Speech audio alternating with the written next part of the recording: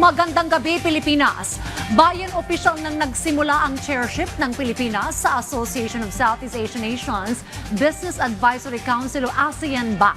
Sa ceremonial turnover ng bandila ng ASEAN-BAC, inisa-isa ni Pangulong Ferdinand R. Marcos Jr. ang mga tututukan ng ASEAN-BAC ngayong taon, nakaangklas sa tao, kalikasan, plataporma at pagiging produktibo.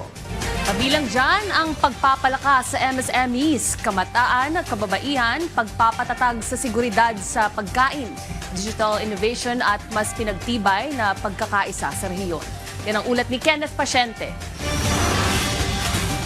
Pagpapatibay ng kalakalan at pamumuhunan sa Timog Silangang Asya. Yan ang target ng Pilipinas sa pamumuno nito bilang chair ng Association of Southeast Asian Nations Business Advisory Council o ASEAN-BAC ngayong taon. Kahapon, sinaksihan ni Pangulong Ferdinand R. Marcos Jr. ang ceremonial turnover ng bandila ng ASEAN-BAC mula sa liderato ng Malaysia tungo sa Pilipinas.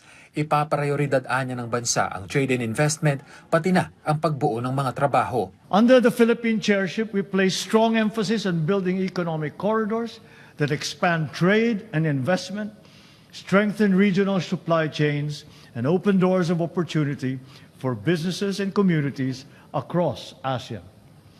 We note that the ASEAN-BAC's priorities for this year anchored on 4 pillars: people, planet, platform, and productivity are fully supportive of these priorities. Ipinunto rin ng Pangulo ang mahalagang papel ng Konseho sa pagsusulong ng mga mahahalagang salik para sa pag-unlad ng rehiyon at sa pamumuno niya ng bansa sa ASEAN ngayong 2026. Siniguro ng Pangulo na itataguyod nito ang mga interes ng mga bansang kasapi ng ASEAN at binigyang diin na ipagpapatuloy ang mga sinimulan na ng ASEAN-BAC.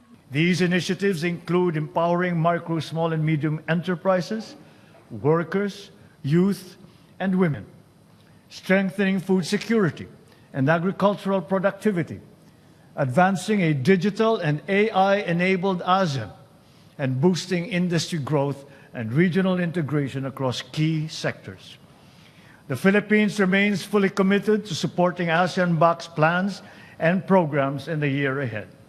We will continue to provide platforms for dialogue and partnership by bringing together policymakers, business leaders, investors, innovators. Gayunman, ipinunto niya na mahalaga pa rin ang pagkakaisa at pagtutulungan ng mga bansa sa rehiyon para maabot ang mga layunin nito.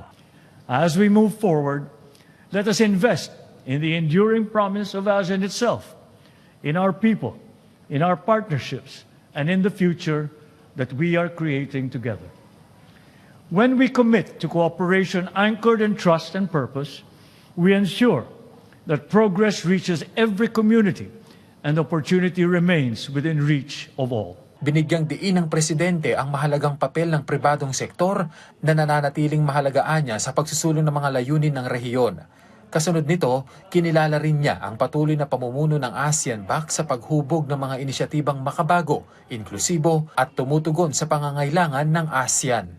Kenneth Pasyente, para sa Pambansang TV, sa Bagong Pilipinas.